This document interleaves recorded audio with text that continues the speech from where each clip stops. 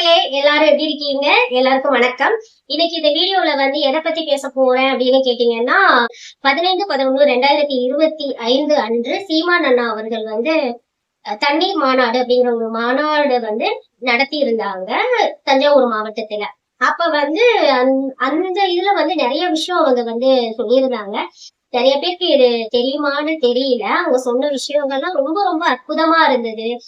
ரொம்ப என்ன சொல்றது, ஒரு டாக்குமெண்ட் பார்த்த மாதிரி தான் எனக்கெல்லாம் அந்த ஃபீல் ஆச்சு.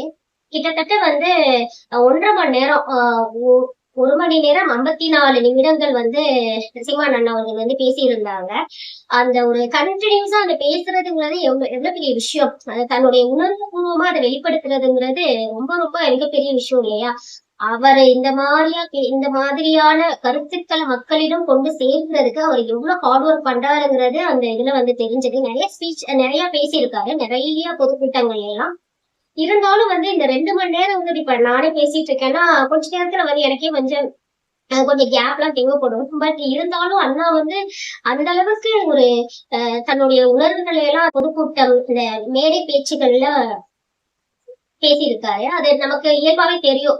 எவ்வளவு தூரம் ஒருத்தங்களுக்கு ஆதங்கம் இருந்தா அதெல்லாம் அவங்களுடைய பேச்சுல வெளிப்படுங்கிறத அந்த வீடியோ எல்லாம் பாக்குறப்பவே நமக்கே தெரியுது.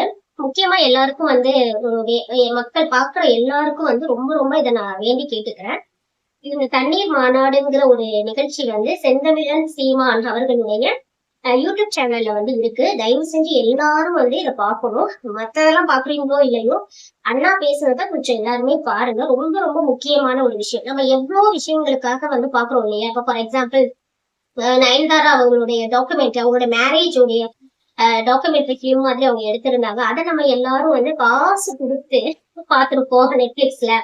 அது ஒரு நாட்டுக்கு ரொம்ப முக்கியமான ஒரு விஷயம் கிடையாது. இருந்தாலும் அது ஒரு பெரிய இதா வந்து நம்ம எடுத்து பார்ப்போம். ஆனா இந்த மாநாடு தயவு செஞ்சு எல்லாரும் யூடியூப் சேனல்ல தயவு செஞ்சு பாருங்க. இது ரொம்ப ரொம்ப முக்கியம். நம்ம எல்லாருடைய வாழ்க்கை தான் அந்த மாநாடா இருக்கு. நம்ம எவ்வளவு முக்கியம் அந்த தண்ணீருங்கிறது அப்படிங்கறது, அந்த அருமையை வந்து எப்படியெல்லாம் நம்ம ஏமாற்றப்படுகிறோம் அப்படிங்கறத அழகா வந்து அவர் வந்து அந்த மாநாட்டுல வந்து சொல்லியிருக்காரு.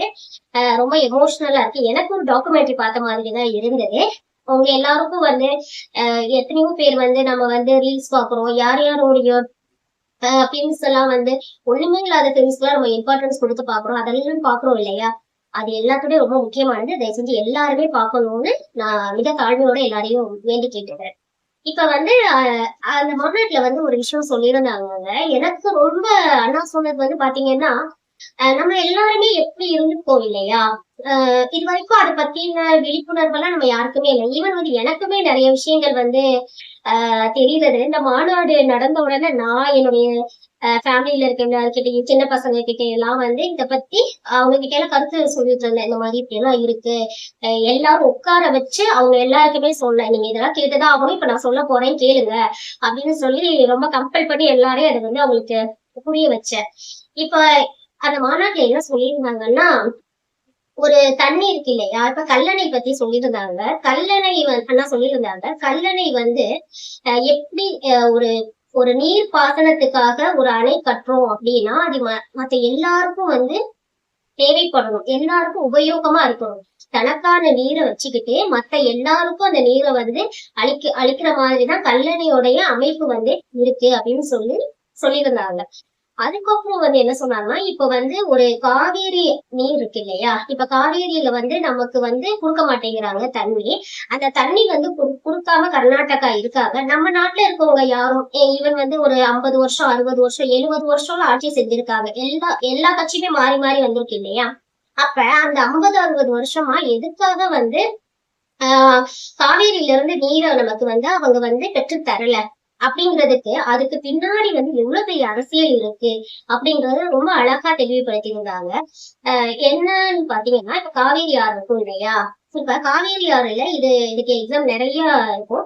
ஆறுல எல்லாம் பாத்தீங்கன்னா, இப்ப ஸ்ரீரங்கம் எல்லாம் நிறைய பேர் போயிருப்பாங்க. அப்ப வந்து ஏதாச்சும் ஒரு தர்ப்பணம் பண்ண போகணும் அந்த மாதிரி எல்லாம் இருக்கிறப்ப வந்து அந்த அம்மா மண்டபம்னு அங்க வந்து பாத்தீங்கன்னா ஒண்ணுமே இருக்காது. இப்ப நம்ம ஏதாச்சும் ஒரு தண்ணி அந்த மாதிரி எல்லாம் தர்ப்பணம் பண்ண போறப்ப அது மாதிரி எதுவுமே இருக்கவே இருக்காது. ஜஸ்ட் கொஞ்சோண்டு தண்ணி ஆத்துல வந்து இருக்கும். அப்ப வந்து சும்மா இது பண்ணிட்டு வரணும். இல்லைன்னா அந்த இடத்துல எல்லாம் ரொம்ப மோசமா ரொம்ப இதெல்லாம் பண்ணி வச்சிருப்பாங்க. எனக்கெல்லாம் காவேரி தாய் இருந்தாங்கன்னா கண்களை ரத்த கண்ணீர் வடிப்பாங்க அப்படின்னு சொல்லிட்டு ஃபீல் ஆகும். இப்ப அண்ணா என்ன சொல்லியிருந்தாங்கன்னு கேட்டீங்கன்னா, அந்த காவேரி ஆறு இருக்கு இல்லையா? எந்த ஆறாவே இருந்தாலும் அந்த ஆத்துல வந்து மண்ணு எடுக்குறாங்க. மண்ணு வந்து நெறைய எடுக்குறாங்க இல்லையா? இப்ப ஆத்துல வந்து தண்ணி போச்சு, ஆற்றில் வந்து தண்ணி போற பட்சத்துல கார்ப்பரேட்னால வந்து மண்ணை எடுக்க முடியாது. அதுக்காக தான் இந்த மாதிரி தண்ணி வந்துட்டா, மண்ணை எடுத்துட்டா என்ன ஆகுறது நிலைமை? யோசிச்சு பாருங்களேன். முடியாது இல்லையா? மக்களே நம்ம எப்படி கொள்ளையடிக்கிறது? காவேரி ஆறா இருக்கட்டும், மத்த ஆறுங்களா இருக்கட்டும், அதுல எல்லாம் தண்ணியை வந்து வர வச்சுட்டோம்னா நாங்க கொள்ளையடிக்கிறது கம்மியாகும் இல்லையா? கம்மியாக கொள்ளையை அடிக்க முடியாது. அதனால வந்து அந்த தண்ணியை வரவிடாம தடுக்கிறதுக்கு எவ்வளவு விஷயங்கள் பண்றாங்க பாருங்களேன். ஒரு விஷயம் நம்ம முடியும்னு நினைச்சா நிச்சயமா எந்த விஷயமே முடியுங்க. மக்களுக்கு ஒரு நல்ல விஷயம் செய்யணுங்கிற பட்சத்துல அது எந்த ஒரு இதாலும் ஒரு முயற்சியாச்சும் எடுத்திருக்கணும். சரிங்களா? இதுக்கு வரைக்கும் ஆட்சி செஞ்ச யாருமே அதுக்கான முயற்சிகளை எடுத்த மாதிரி கூட நமக்கெல்லாம் எந்த ஒரு இதுவும் இல்லை இல்லையா? டாக்குமெண்ட்டும் கிடையாது. அப்புறம் வந்து விவசாயிகள் பத்தி சொல்லியிருந்தாங்க. இவ்வளவு ஒரு உண்மையான ஒரு விஷயம் இல்லையா? இப்ப காவேரியில இருக்கட்டும், மத்த ஆறுகளில வந்து தண்ணி வந்துருச்சு அப்படின்னு வச்சுக்கோங்களேன். அப்ப வர்றப்ப என்ன ஆகும்னா, நம்மளுடைய விவசாய மக்கள் வந்து நீர்ப்பாசனம் அதிகமாக இருக்கும். அப்ப அவங்க விவசாயம் வந்து பண்ணி நல்ல செழிப்போட இருப்பாங்க. அப்ப அவங்கனால வந்து நல்ல நல்லபடியா இருக்கப்ப வெளியில எங்கேயும் போக மாட்டாங்க இல்லையா? இப்ப நமக்கு அதுலயே லாபம் வருது, நம்ம அதுலயே ஹாப்பியா இருக்கோம், ஒரு தொழில் செய்யறப்பன்னா அதுலயே நம்ம இருந்துருவோம். அந்த மாதிரி மக்கள் வந்து இருக்க வைக்க கூடாது, அவங்களை செழிப்பா ஆயிடக்கூடாது, நீர்ப்பாசன வசதிகளை செஞ்சிடக்கூடாது, அவங்க வந்துடக்கூடாதுங்கிறதுல எவ்வளவு இதா இருக்காங்க பாருங்களேன். இப்போ அப்படியெல்லாம் ஒரு வேளை வந்து தண்ணி வரவிடாம வச்சா அந்த நீர்ப்பாசனம் எல்லாம் இல்லாம போச்சுன்னா மக்கள் என்ன பண்ணுவாங்கன்னா, அந்த நிலங்கள் இருக்கு இல்லையா? அந்த நிலங்களை வந்து இப்ப வேற கவர்மெண்ட் இருக்குன்னா மீத்தேன் வாயு பத்தி ஒரு திட்டம் கொண்டு வராங்கன்னா நம்ம மக்களுக்கு அந்த அளவுக்கு அவேர்னஸ் கிடையாது. இப்ப கவர்மெண்ட் வந்து ஒரு விஷயம் செய்யறாங்க அப்படின்னா இப்ப மீத்தேன் எடுக்க போறப்பெல்லாம் என்ன சொல்லியிருக்காங்கன்னா மண்ணெண்ணெய் எடுக்கணும் அப்படின்னு சொல்லிதான் மக்கள் கிட்ட சொல்லியிருக்காங்க. சரி சும்மா இருக்க நிலம் தானே, மண்ணெண்ணெய் தானே எடுத்துக்கங்கன்னு சொல்லியிருக்காங்க. அதுக்கப்புறம் அதுல நெருப்பெல்லாம் பிடிச்சி எரிஞ்சதுக்கு அப்புறம் தான் இதுல இவ்வளவு பெரிய விஷயங்கள் இருக்கு அப்படிங்கிறது அவங்களுக்கே மக்களுக்கே புரிய வந்திருக்கு. அப்ப சும்மா தரிசா இருக்க நிலத்துல இவ்வளவு பெரிய ஏதாச்சும் ஒரு யூஸ்ஃபுல்லா ஆகட்டும் அப்படிங்கறதுதான் மக்களுடைய எண்ணம். அப்ப நீர்ப்பாசனம் கொண்டு வந்தா நம்மளால ஒரு மீத்தேன் திட்டங்களை கொண்டு வர முடியாதுங்கிறது எவ்வளவு அரசியலா இருக்காங்க பாருங்களேன். எவ்வளவு இதுக்கு பின்னாடி இவ்வளவு விஷயம் இருக்குங்கிறதுல நிஜமா எனக்குலாம் எதிர்பார்க்கலங்க. மேபி எல்லாருக்கும் தெரிஞ்சிருக்கலாம். இவ்வளவு விஷயம் பண்ணிருக்காங்க. அப்புறம் வந்து அண்ணா சொல்றப்போ ஒரு விஷயம் சொல்லியிருந்தாங்க. இப்ப அந்த இதெல்லாம் இருக்கு நம்மளுடைய மூதாதையர்கள்லாம் நம்ம பூமியில வாழ்ந்திருப்பாங்க இல்லையா? அப்ப ஒரு நிலக்கரி எப்படி வருது, அந்த மீத்தேன் வாயு எப்படி வருதுங்கிறதுக்கு ஒரு எக்ஸ்பிளனேஷன் வந்து கொடுத்திருந்தாங்க. என்னன்னா நம்மளுடைய தாவரம், மரங்கள் எல்லாமே வந்து பூமிக்கு அடியில மக்கி நிலக்கரியா வரும். நிலக்கரியா வர்றப்ப அந்த நிலக்கரி வந்து பிளவுபடுறப்பதான் அதுல இருக்கக்கூடிய வாயு தான் மீத்தேன் வந்து எரிவாயு. ஓகேங்களா? அந்த இதை எடுக்கிறதுக்காக தான் ஒருவேளை வந்து நம்ம நீர்ப்பாசன வசதி வந்துட்டா நம்மளுடைய மக்கள் வந்து அதுல விவசாயம் எல்லாம் பண்ணாங்கன்னா அந்த மாதிரி விஷயங்கள் பண்ண முடியாது இல்லையா? அப்ப அந்த மாதிரியான விஷயங்கள் பண்றதுக்காக நம்ம மக்களை வந்து இந்த மாதிரி வச்சிருக்காங்க. இப்ப எப்படி மக்கள் சாராய கடைகள் எல்லாம் ஓபன் பண்ணி நிறைய பேரை வந்து சாராயம் குடிக்கிறவங்களாக்குன்னா மக்கள் எல்லாம் வேலை பார்க்காம சோம்பேறிகள் ஆயிடுவாங்க இல்லையா? அது மாதிரின்னு வச்சுக்கோங்களேன். இந்த மாதிரி ஒரு விஷயம் அருமையான ஒரு விஷயம் இல்லையா? அழகா சொல்லியிருந்தாங்க.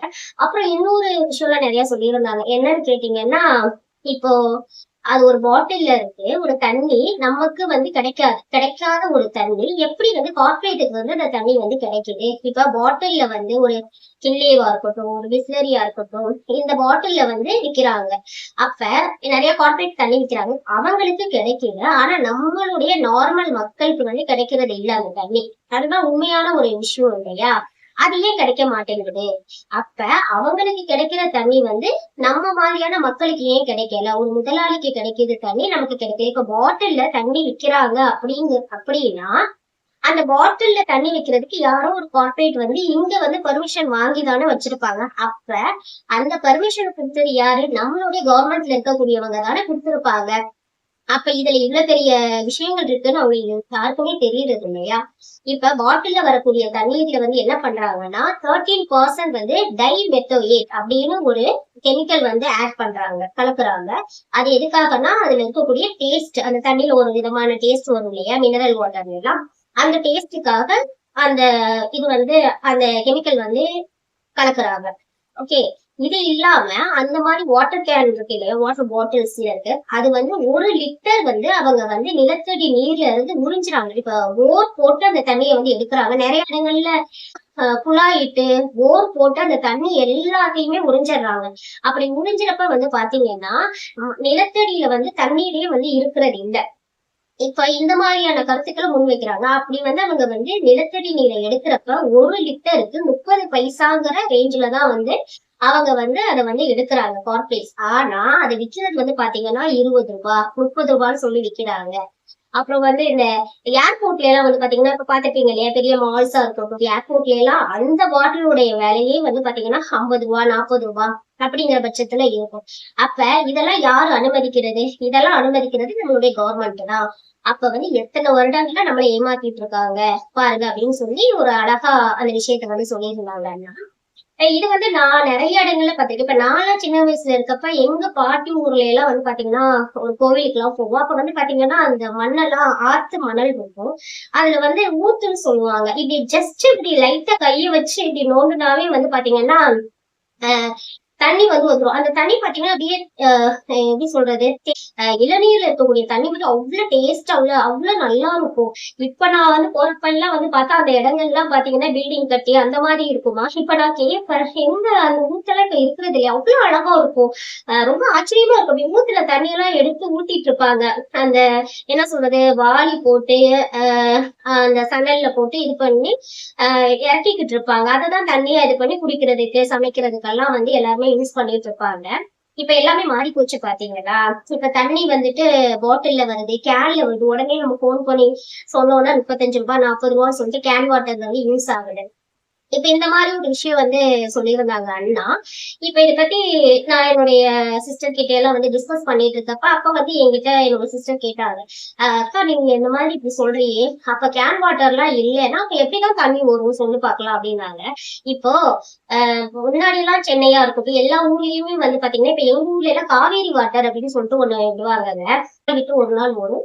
அந்த வாட்டரை வந்து நான் தண்ணியை தான் வந்து எடுத்துப்போம், குடிக்கிறதுக்கு எல்லாத்துக்குமே யூஸ் பண்ணிப்பாங்க. அந்த மாதிரியான இதுதான் இருந்தது முன்னாடி. சென்னையிலயும் அந்த மாதிரிதான் இருந்தது இல்லையா. எல்லார் வீட்லயும் வந்து தனியா வந்து ஒரு கார்பரேஷன் தண்ணீர் எல்லாம் வந்து பாத்தீங்கன்னா சாக்கடையோட கலந்து அந்த மாதிரிதான் வந்து வருது. அந்த மாதிரி ஆக்கிட்டாங்க. அதுக்கு வேற வழி இல்லாம என்ன பண்றாங்க, எல்லாருமே கேன் வாட்டர் தான் வந்து யூஸ் பண்ணி வாங்கிக்கிறாங்க. அதை வச்சு நிறைய பேர் வந்து குழைக்கிறாங்க. ஃபில் பண்ணி அந்த கேனை எடுத்துட்டு போயிட்டு இந்த மாதிரி ஒரு விஷயம் வந்து அண்ணா வந்து சொல்லியிருந்தாங்க. ஸோ நார்மல் சாதாரண மக்களுக்கு கிடைக்காத தண்ணீர் வந்து எப்படி கார்பரேட்டுக்கு கிடைக்குது? அப்ப எங்கோ ஒரு இடத்துல அந்த தண்ணியை வந்து உறிஞ்சி எடுக்கிறாங்க அப்படின்னு சொல்லி சொல்லியிருந்தாங்க. சரி, இப்போ இந்த நிலத்தடி நீரை வந்து உறிஞ்சி எடுக்கிறாங்க. இப்ப வந்து நமக்கு வந்து ஹோட்டல்ல வாங்கி தண்ணி குடிச்சிடும். இந்த இந்த ரொம்ப ரொம்ப முக்கியமான வீடியோவை தயவு செஞ்சு எல்லாருமே அண்ணா சொன்னத அந்த வீடியோல பாருங்க. அப்ப வந்து இந்த பூமிங்கிறது வந்து பாத்தீங்கன்னா எல்லாரும் வாழ்றதுக்கான ஒரு பூமி இடம்தான். அது வந்து கடவுள் படிக்கிறதுக்கவே வந்து மனிதர்களுக்கு மட்டும் படைக்கவே இல்லை. விலங்குகள், அதுக்கப்புறம் தாவர இனங்கள் எல்லாருமே இந்த பூமியில வாழணுங்கிறதுக்காக, எல்லாருமே உயிரினங்கள் தானே. என்ன ஒரே ஒரு வித்தியாசம், நமக்கு வந்து 6 அறிவு இருக்கு. 6 அறிவு இருக்கிறதுனால நம்ம மனித பிறவி மிகவும் அரிது அரிது மானிடராய் பிறப்பது அரிது அப்படின்னு சொல்லியிருக்காங்க இல்லையா. அதனால நம்ம பெரிய ஹையா ஃபீல் பண்ணிக்கிறோம். ஆனா மத்த தாவரங்களும் அவங்களும் லிவிங் திங்ஸ் தானே, உயிருள்ள ஒரு ஜீவிகள் தான். அப்படி இருக்கிறப்ப அவங்கள இப்ப வந்து குரங்கா இருக்கட்டும், பூச்சியா இருக்கட்டும், எல்லாருமே தண்ணி எப்படி குடிப்பாங்க அந்த வீடியோல காமிச்சிருந்தாங்க. அந்த சீன்ஸ் எல்லாம் வந்து பாத்தீங்கன்னா ஒரு குரங்கு போயிட்டு தண்ணியை வந்து ஒருத்தவங்க குடுக்கறதுக்கு அப்படியே தாவி தாவி இது பண்ணுது. அப்ப வந்து அந்த குரங்குக்கு ஒருத்தவங்க குடுக்குறாங்க, பாம்புக்கு தண்ணி வந்து ஒருத்தவங்க குடுக்குறாங்க. இப்ப யோசிச்சு பாருங்களேன், நம்மளுடைய பூமியில தண்ணியே இல்லாம இருக்கிற பட்சத்துல நம்ம எல்லாம் காசு கொடுத்து வாங்கிடுவோம், நம்ம எல்லாம் சம்பாதிக்கிறோம், அதனால காசு கொடுத்து வாங்கிடுவோம். மிருகங்களா இருக்கட்டும், பறவைகளா இருக்கட்டும், பூச்சிகளா இருக்கட்டும், அதெல்லாம் யார்கிட்ட போய் வாங்குவாங்க? நம்ம கிட்ட டெய்லி வந்து அவங்க கேட்டுட்டு இருப்பாங்களா? இல்ல இல்லையா. அதனால அவங்களும் இந்த உலகத்துல வாழணும். நமக்கு ரொம்ப ரொம்ப முக்கியமான கடமை இருக்கு, நம்மளுடைய தண்ணீரை காப்பாற்ற வேண்டிய ஒரு கடமை. அதுக்காக தான் இந்த மாநாடு. நிறைய பேர் இந்த மாநாட்டுல வந்து சொல்ற விஷயம் வந்து பாத்தீங்கன்னா, எதுக்காக சீமானவர்கள் வந்து மலைகளின் மாநாடு, கடற்கரையின் மாநாடு, தண்ணீரின் மாநாடு, இதுக்கெல்லாம் ஓட்டு இருக்கா அப்படின்னு சொல்லிட்டு நிறைய பேர் நானுமே பார்த்திருக்கேன். நிறைய பேர் என்கிட்டயே சொல்லுவாங்க. அப்ப நான் அண்ணா சொல்றதான் நானும் உங்ககிட்ட சொல்லுவேன். எல்லாமே அதுங்களுக்கு வாக்கு இல்லாம இருக்கலாம், ஆனா வாழ்க்கைங்கிறது அவங்களை சார்ந்துதான் நமக்கு இருக்கு. மலைகளை சார்ந்து நம்மளுடைய வாழ்க்கை இருக்கு, மரங்களை சார்ந்து இருக்கு, கடலை சார்ந்து இருக்கு, தண்ணீரை சார்ந்து இருக்கு. இது எல்லாமே சேர்ந்து மனிதர்கள் வாழ்க்கை இல்லையா? அதுதான் உண்மையும் கூட. அப்புறம் இன்னொரு ஒரு விஷயம் லாஸ்டா முடிக்கிறப்ப சொன்ன ஒரு விஷயம் பாத்தீங்கன்னா ரொம்ப ரொம்ப இதா இருந்தது. என்னன்னா இப்ப நீங்க ஒரு குழந்தை பிறக்கிறப்ப பாத்தீங்கன்னா பனிக்குடம் உடைந்துதான் ஒரு குழந்தை பிறக்கிறது இல்லையா? அது ஒரு தண்ணீர் தான். அப்ப ஒருத்தங்க இறந்து போறப்ப மண் மண் பானையில அதை ஓட்ட போட்டு அந்த தண்ணீரை இது பண்ணிதான் மனிதர்களை இறுதி சடங்கு செய்வாங்க இல்லையா? இறுதி சடங்கு செய்வாங்க. அப்ப அதுக்கும் தண்ணி தான் தேவைப்படும். ஒருத்தங்களை எரிச்சு சாம்பல் ஆனதுக்கு அப்புறம் அந்த அஸ்தியை கொண்டு போய் நம்ம தண்ணீர்ல தான் கரைக்கிறோம். அப்ப தண்ணி இல்லாம எதுவுமே கிடையாது இல்லையா? இப்ப தண்ணின்னு ஒரு விஷயம் இருந்தா தான் நம்ம ஒரு பயிரை பயிரிடணும் அப்படின்னா தண்ணி ரொம்ப ரொம்ப முக்கியம். ஒரு எல்லாத்துக்குமே நீரின்றி அமையாது உலகு அப்படின்னு சொல்லிட்டு நம்மளுடைய வள்ளுவர் சொல்லியிருக்காங்க. அத நினைவில் நிறுத்தி பழகு அப்படின்னு சொல்லிட்டு நம்ம அண்ணா சொல்லியிருக்காங்க. அப்ப தண்ணி இல்லாம எதுவுமே கிடையாது. உண்மை அதுதான். எல்லாத்துக்குமே தண்ணி வேணும். ஆனா அதோடைய அருமை நம்ம யாருக்குமே தெரியறது இல்லையா? இப்ப நான் சொன்னேன் இல்லையா, நாங்க வீட்டுல டிஸ்கஸ் பண்ணிட்டு இருக்கப்ப அவருடைய அவங்க சிஸ்டர் எல்லாம் கேக்குறப்ப இப்ப ஏங்கா இவ்வளவு ஆறெல்லாம் இருக்குதானே, அப்ப ஆறெல்லாம் இருக்கிறப்ப என்ன நீங்க ஆறு இல்லைன்னு சொல்றீங்க? அதுக்கப்புறம் குளம் நம்ம ஊருக்கு ஒரு குளம் இருக்கு சொல்லுங்க, குளம்லாம் இல்லாமலா இருக்கு? எல்லாரும் தான் இருக்கு, அணை கூட தான் நம்ம ஊர்கிட்ட இருக்கு அப்படின்னு சொன்னாங்க. அப்ப நான் உங்ககிட்ட சொன்னேன், அந்த காலத்துல மக்கள் தொகை ரொம்ப கம்மி. ஆனா ஆறுகளா இருக்கட்டும், குளங்களா இருக்கட்டும், அதோடைய எண்ணிக்கை ரொம்ப ஜாஸ்தி. சரிங்களா? ஆனா இன்னைக்கு ரொம்ப ரொம்ப ஜாஸ்தி. ஆனா அப்ப இருக்க ஆறுகள், ஏரிகள், குளங்கள் இப்ப இருக்கான்னு கேட்டா இல்ல. ஓகே, இல்லைங்கிறதுதான் உண்மையான ஒரு விஷயம். இப்ப நம்ம நிறைய மக்கள் தொகை ஜாஸ்தி ஆகுறதுக்காக ஒரு கூட்ட நெரிசலை கம்மி பண்ணணுங்கிறதுக்காக ஒரு பஸ் ஸ்டாண்ட் இருக்குன்னு வச்சுக்கோங்களேன். அந்த பஸ் ஸ்டாண்ட கம்மியா இருக்கு, ரொம்ப இடைஞ்சலா இருக்கு, பஸ் வர முடியலன்னு சொல்லிட்டு வேற ஒரு இடத்துல ரொம்ப பரப்பளவு அதிகம் உள்ள இடத்துல கொண்டு போய் நம்ம கவர்மெண்ட் வைக்கிறாங்க இல்லையா? அப்ப மக்கள் தொகை ஜாஸ்தியாக ஆக நம்ம ஆறுகளையும் ஏரிகளையும் குளங்களையும் ஜாஸ்தி பண்ணணும். அப்பதான் உங்களுக்கான நீர் தேவைகளை நீங்க பூர்த்தி பண்ண முடியும். அதுதானே உண்மை.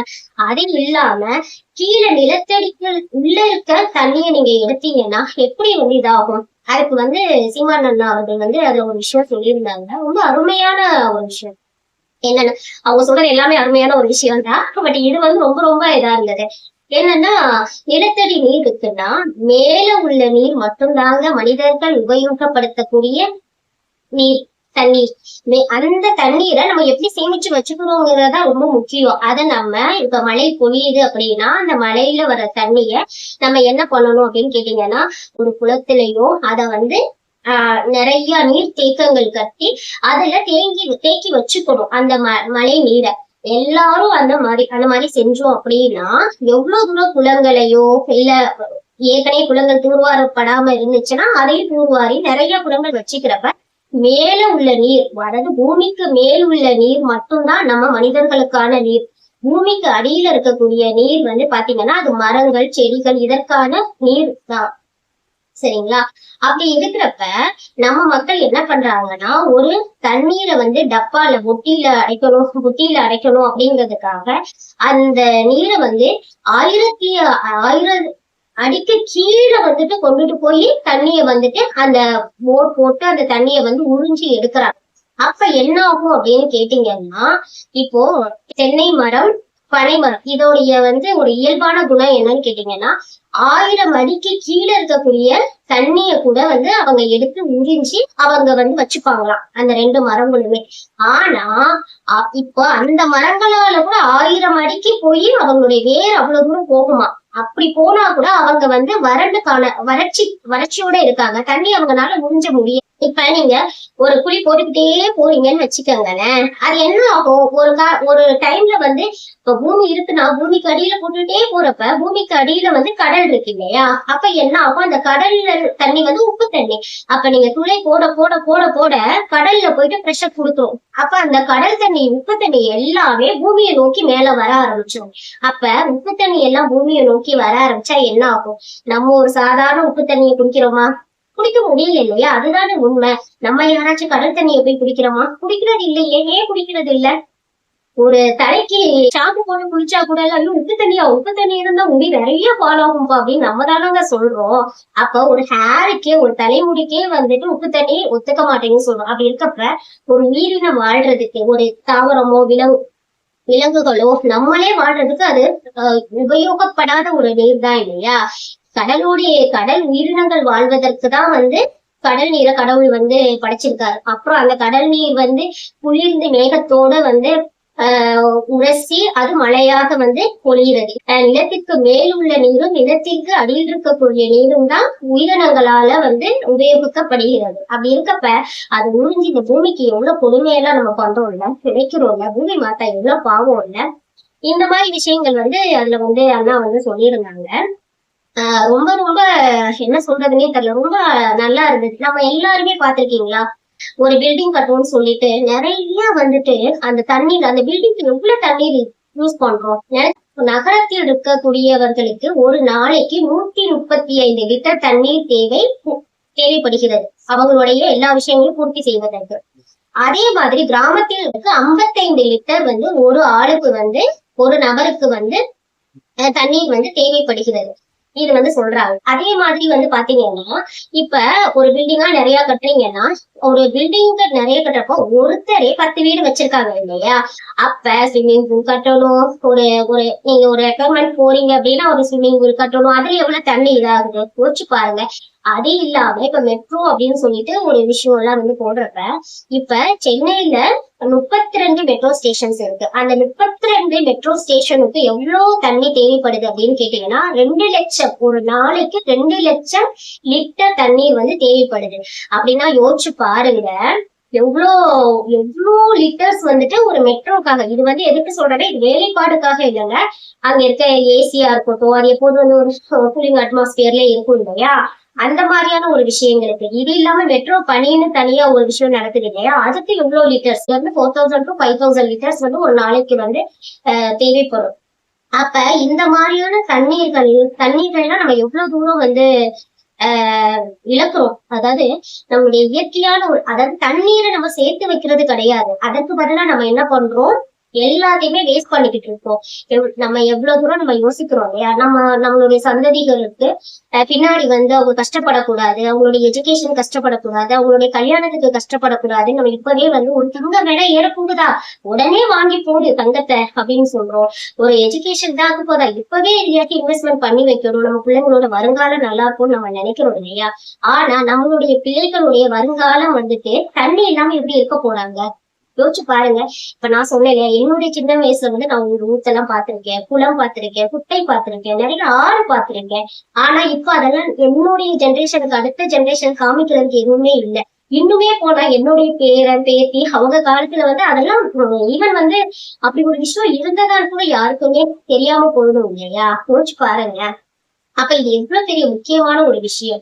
நம்மளுடைய இதெல்லாம் வந்து நிறைய பேருக்கு வந்து தெரியப்படுத்தணும். நம்ம வந்து ரொம்ப பாதுகாப்போடு இருக்கணும். நமக்கு ரொம்ப ரொம்ப முக்கியம். தண்ணி இல்லாம எதுவுமே இருக்க முடியாது.